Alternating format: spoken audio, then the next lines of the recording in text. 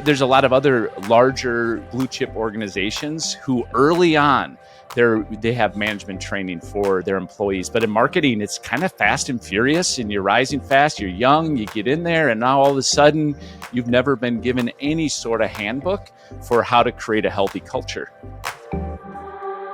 Hello, and welcome to The Marketing Architects, a research-first podcast dedicated to answering your toughest marketing questions. I'm Elena. I run the marketing team here at Marketing Architects, and today I'm joined by my two co-hosts, Angela Voss, our CEO, and Rob DeMars, our Chief Creative Officer.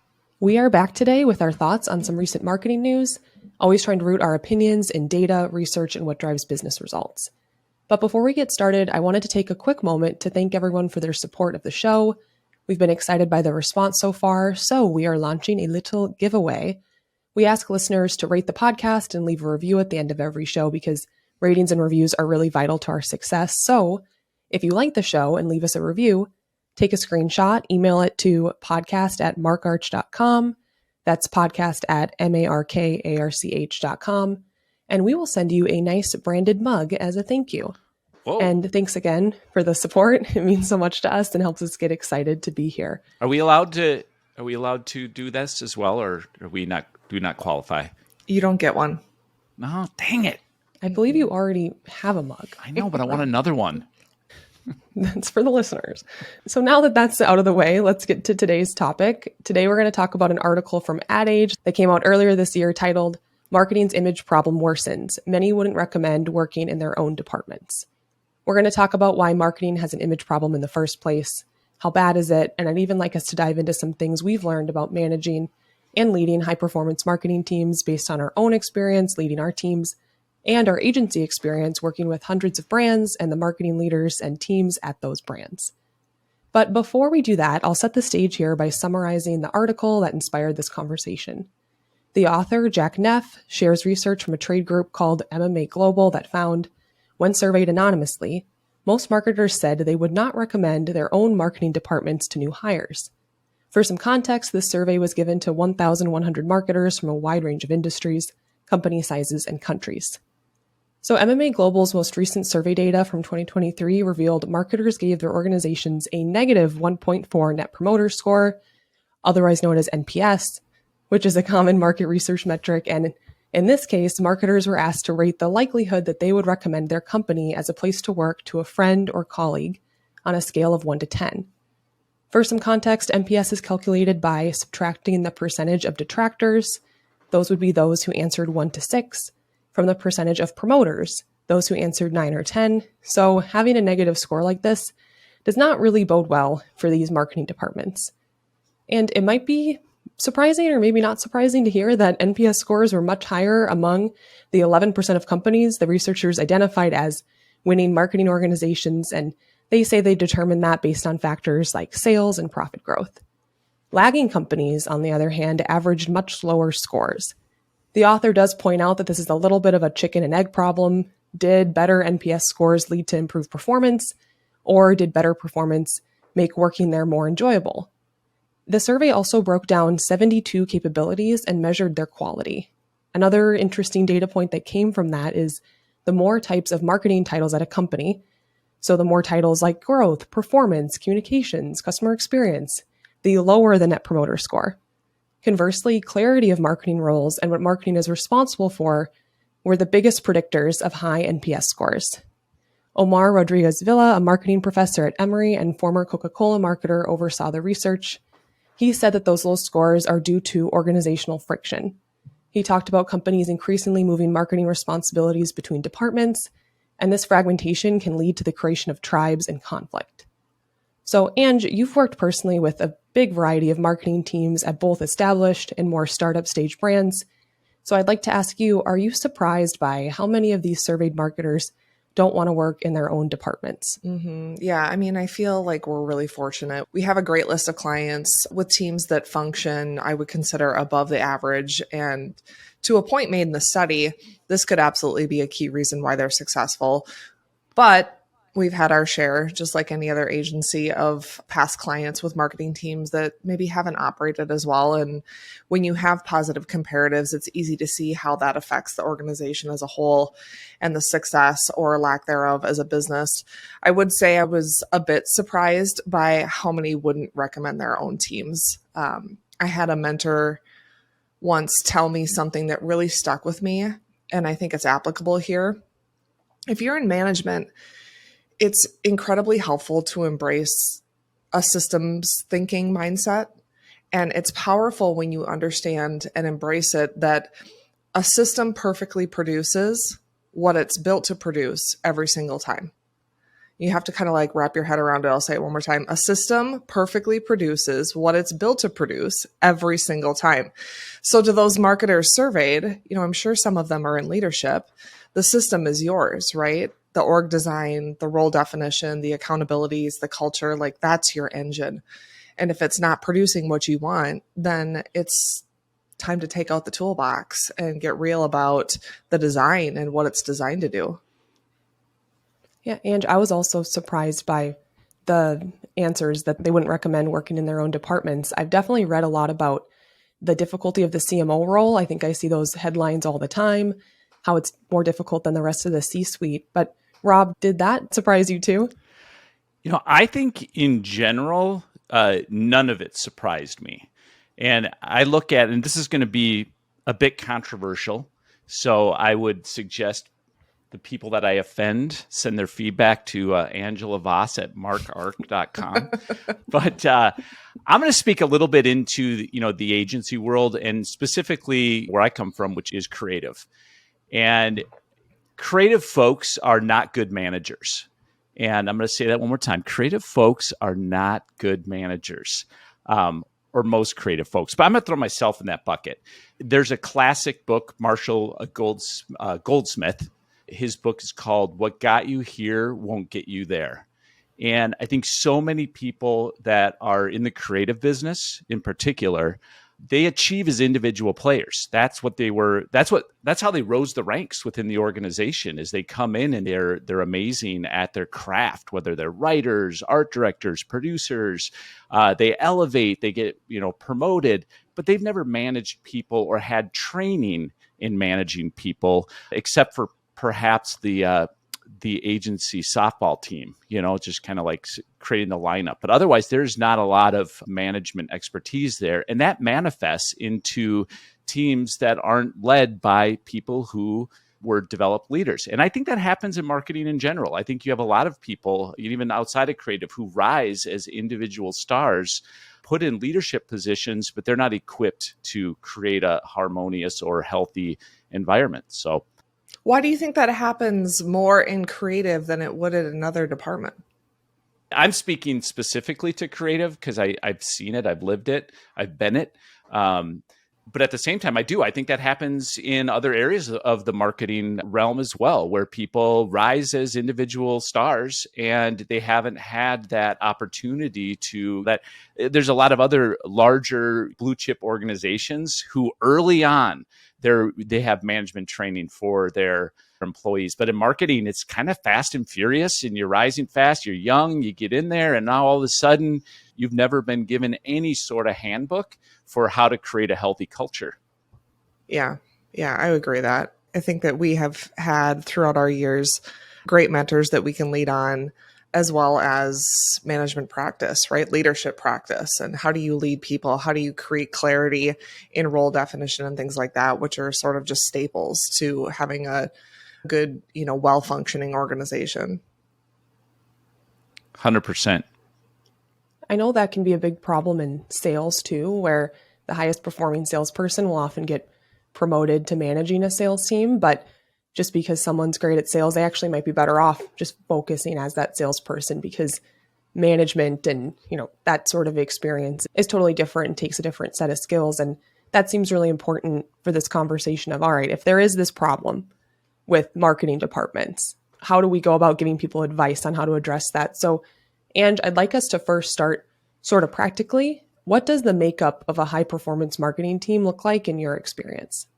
Yeah, well, I do think we should eventually start to kind of break down brand versus performance. But I would start even at a higher level, right? A high performing team isn't just about having individuals with outstanding skills. It's about the synergy, right? Where the collective output is greater than the sum of the individual contributors. And so how do you get that out of your team? And it sounds cliche, but I really do think it starts with culture. And that's because if you don't have the right mentality, if you're starting from a place of me, not we, you're doomed. You really are. Around here, we say, if you can't take out the garbage, you don't belong here.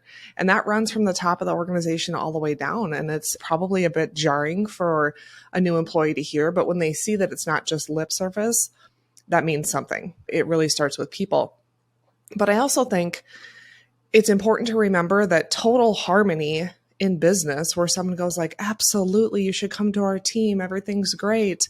That's not a good thing in business. Total harmony. Research would tell you that the best decision making happens in between harmony and kind of that unhealthy friction that we talked about before.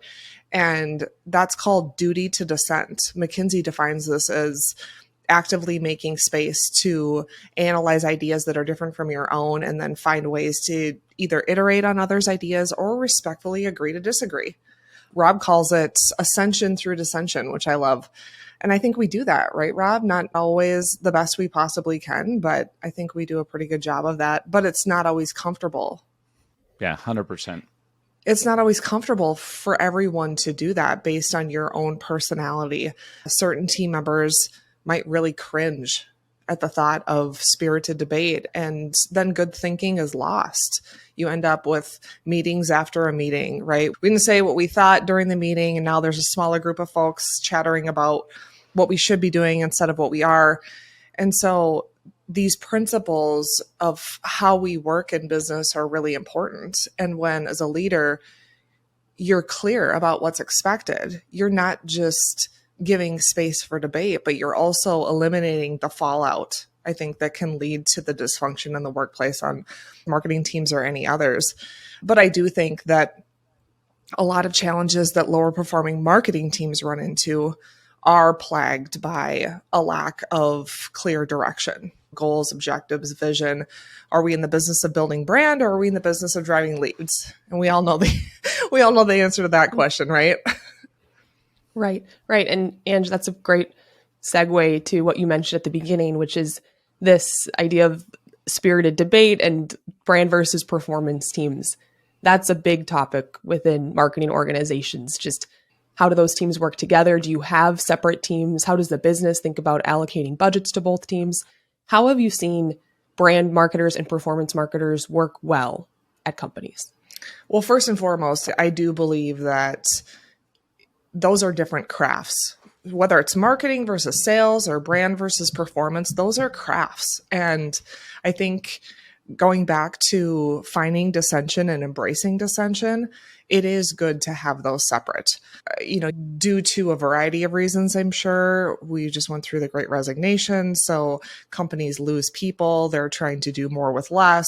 They end up combining teams. And now you've got folks that are more brand focused, tone focused. What's our story? Working with folks that are like, it doesn't matter, just drive a lead.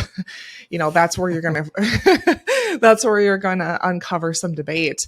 And so I think having those separate is really important. I also think that marketing in itself, there's a lot that happens there. There's tone of the brand. There is a lot of times the marketing function is thought of as the growth driver of the organization. And so there needs to be that alignment with the CMO, the CEO on growth is a lot more than just driving leads. We can go through product, we can grow through brand, we can grow through leads, but really having a solid understanding of what are our theories of growth and how does that disseminate throughout the organization and create clear objectives for teams is really important. Otherwise, you do get a lot of that infighting and he said, she said, we should have done this and we didn't. Just that lack of clarity creates conflict. Yeah, and that's a great point about the importance of the marketing teams having clarity and being really connected to business metrics. And if you do have separate brand and performance teams, what are the objectives that both of those teams have? And speaking of being really connected to the business and knowing what grows your business, what drives your business, there's a lot of talk about marketing's place in the C-suite. And I know this article was more about marketing departments, but do you think that having a marketer in the C-suite helps marketing organizations be more connected to those metrics? Do you think it's important to have a marketer in that role? I do. I really do. And I think that sometimes CMOs maybe shy away from being that growth engine for the business. Maybe they've grown up, I don't know, more in brand and tone and more on the design and creative side. And so the accountability around growth becomes uncomfortable. But in our experience and with what we've seen, the CMO acting as sort of the glue and catalyst for how the company grows, not all of those objectives or initiatives that might drive growth might fall to the marketing team. It might be product, right? We might need to disrupt ourselves and start to move into new spaces. And of course, marketing supports that, but it might not be marketing that owns that. And so that role really being a catalyst for growth, in my opinion, is the best way to get the organization aligned. Angela, would you say that, there's hardly any organization on the planet that doesn't have a CMO in the C-suite. And what I mean by that is not necessarily by title, but by a surrogate. That voice has to be at the table when it comes to any organization. It just, you may not have someone literally at the table with the title CMO for whatever reason, but that function is happening. Absolutely. And I think the challenge is, we've said it before, if everybody owns it, nobody owns it. Yes. Right? It's hard because I do think at the C-suite, we all own growth to some capacity. But you see organizations trying to solve that through different types of roles. You've got chief of revenue, you've got head of growth, you've got CMO. And so I think there's no one clear right way. I think there's multiple ways to get there, but ensuring that there's clarity in who owns what is, of course, extremely important in how we get there.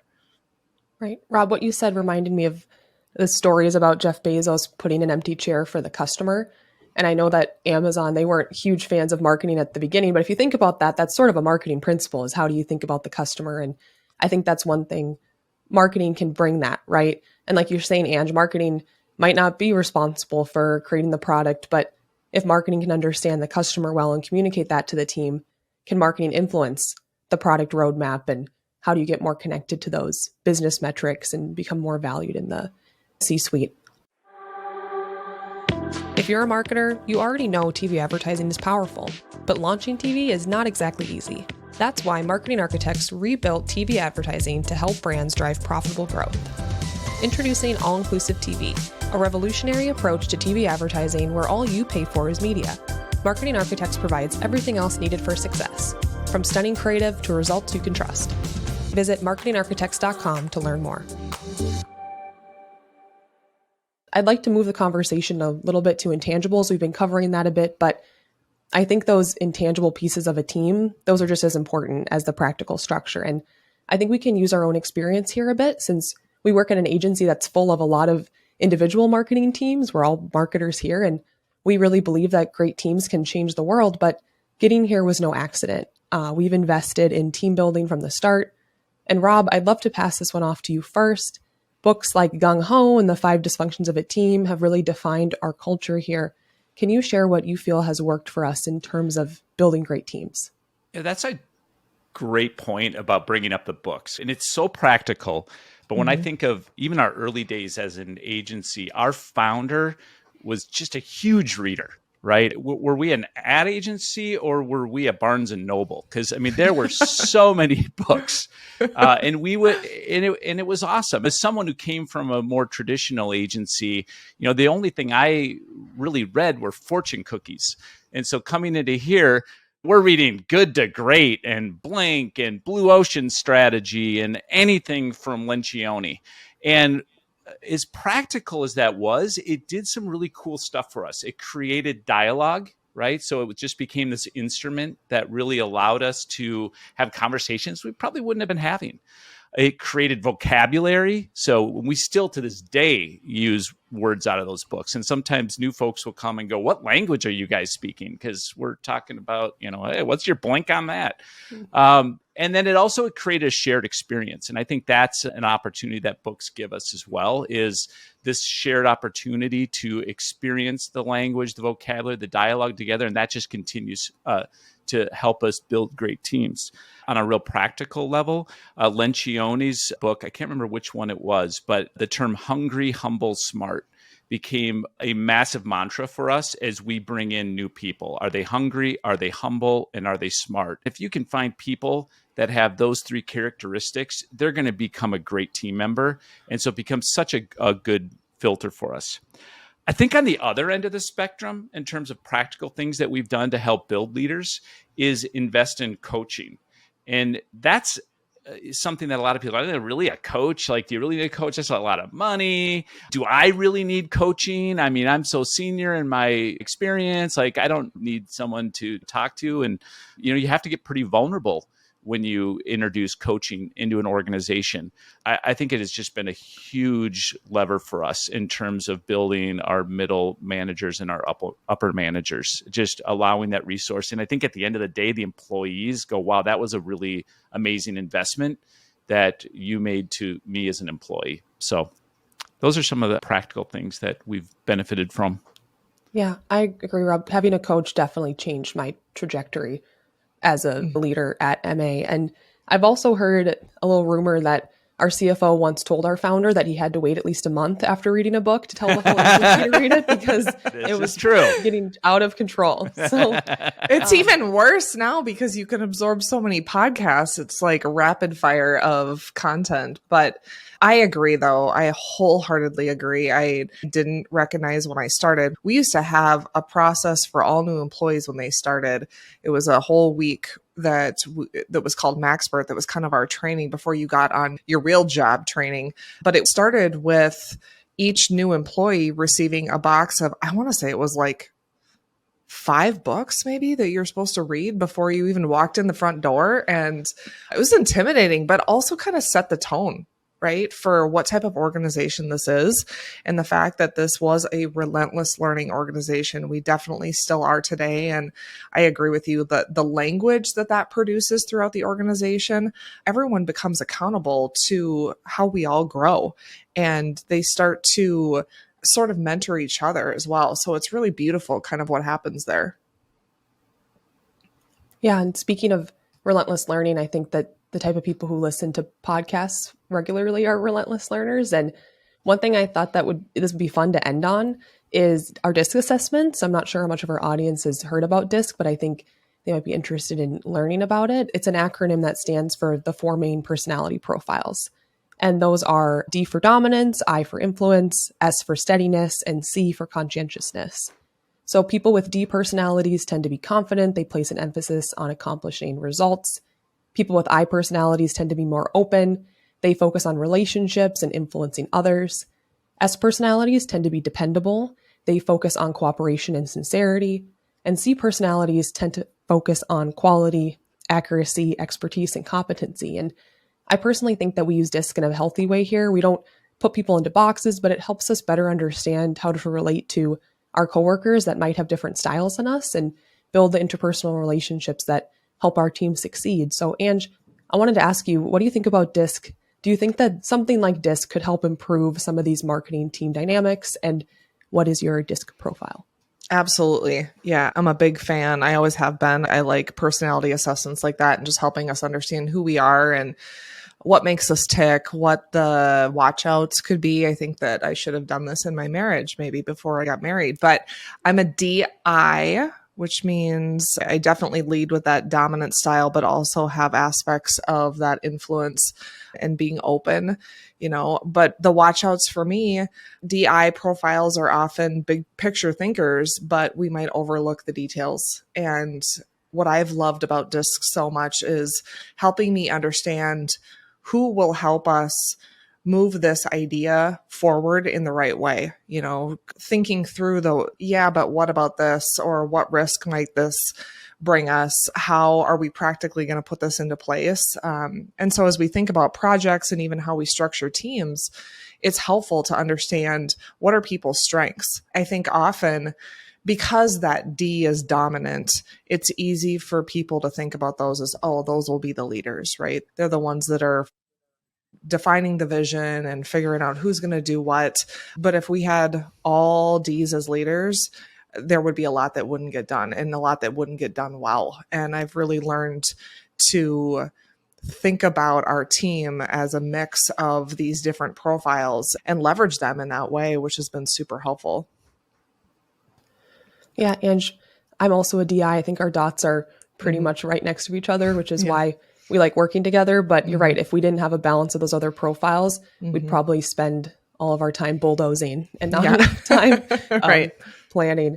So, Rob, I wanted to ask you the same question. What's your experience with DISC and what's your profile? Well, since I'm a high DI as well, I don't know what. Oh no, we're not representing some diversity here, but no. I'm happy to hear. I thought D stood for dysfunctional, so that I just to find out now it means dominance. My dot is so high, it's actually outside of the circle, and I swear to God, I'll show you guys after. One of the things I love on a real practical level is our ability to look at other people's profiles within the organization, within the DISC platform, and it actually shows you how you're going to approach different conversations. And, especially as a D, I think everyone else is like me. So I just assume get to the point. We don't need a lot of backstory here. And wow, I couldn't be more wrong. And so I think it really helps to bridge that communication gap that can just be prevalent in an organization of such diverse individuals. But I think too, jogging back to what we were talking about before in terms of designing dissension, a high DI doesn't do that well, frankly. Like they're okay with debate and they're okay with folks popping in with different opinions and stuff like that. But they might need to invite those that aren't high DIs, right? Those S's and C's that have really good thought behind what's the strategy? How are we going to put this into place? Let's be methodical about it. Let's make sure there's some detail behind this big idea because Ds can just whip up big ideas all day long. So I think making that space for debate and for varying voices to be heard is really important. And something like a DISC profile helps us understand what are the weaknesses that we need to be aware of and call to light during times of strategy setting or trying to decide direction. So, Ange, I think that helps bring me back to two big themes of the show, which were the importance of clarity and the importance of alignment to marketing success. And seeing those metrics about marketing teams and how much they'd recommend working in their own departments is a little bit disheartening. But I think tools like DISC, aligning your teams on even reading different books and aligning to business metrics, just creating that clarity and alignment within your marketing team, that could be one way to build up your Net Promoter Score if it's not already a good one. And I think that's it. That's it for this episode of The Marketing Architects. We'd like to thank Ayana, who produces the show, and Jenny, who edits these episodes. We are going to be taking next week off for the 4th of July, so no pod episode next week, but we hope you all have a wonderful holiday. As always, you can connect with us on LinkedIn, and if you find our show valuable, please leave us a rating and review. We're bribing you with a mug for a limited time, so please leave those reviews. And if you want to know what the research says about some recent marketing news, you can contact us at marketingarchitects.com/podcast. Now go forth and build great marketing.